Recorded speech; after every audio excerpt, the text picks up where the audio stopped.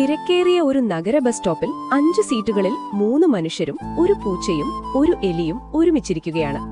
അവർ മനുഷ്യരെ പോലെ വസ്ത്രം ധരിച്ചു. സീറ്റിലിരുന്ന് മനുഷ്യരുടെ ആലസ്യത്തെക്കുറിച്ച് തമാശ പറഞ്ഞു ചിരിക്കുകയാണ്. പൂച്ച ചിരിച്ചു പറയുന്നു, ഈ മനുഷ്യർ സീറ്റിലിരിക്കുന്ന രീതി കണ്ടാൽ ബസ്സല്ല സിനിമാ തിയേറ്റർ ആണെന്ന് തോന്നും.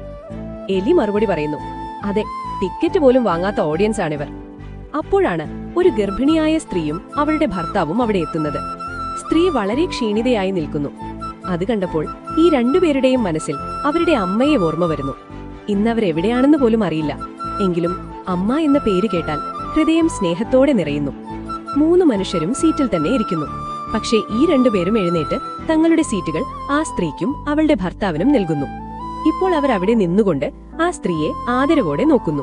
ഇതുപോലുള്ള നല്ല കഥകൾ നിങ്ങൾക്ക് ഇഷ്ടമാണെങ്കിൽ ദയവായി ഈ വീഡിയോ ലൈക്ക് ചെയ്യൂ, ചാനൽ സബ്സ്ക്രൈബ് ചെയ്ത് സപ്പോർട്ട് ചെയ്യൂ. ഇത് ഞങ്ങൾക്ക് കൂടുതൽ ഇത്തരത്തിലുള്ള കഥകൾ നിർമ്മിക്കാൻ സഹായിക്കും.